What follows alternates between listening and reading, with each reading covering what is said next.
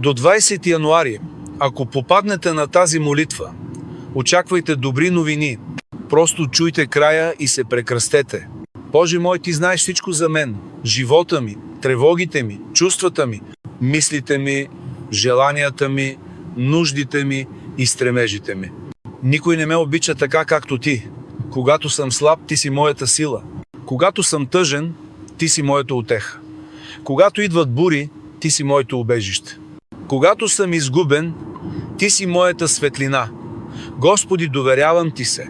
Давам ти всичко, което имам, семейството си, дома си. Бъди винаги с мен. Ако обичаш Бог и не се срамуваш от Него, напиши амин и чудеса със сигурност ще се случат в живота ти. Сподели тази молитва с поне един човек, за да не престане силата на молитвата. Ако имаш нужда от молитвена подкрепа, можеш да се присъединиш към нашата молитвена група безплатно. Линкът за присъединяване е в моя профил на главната страница.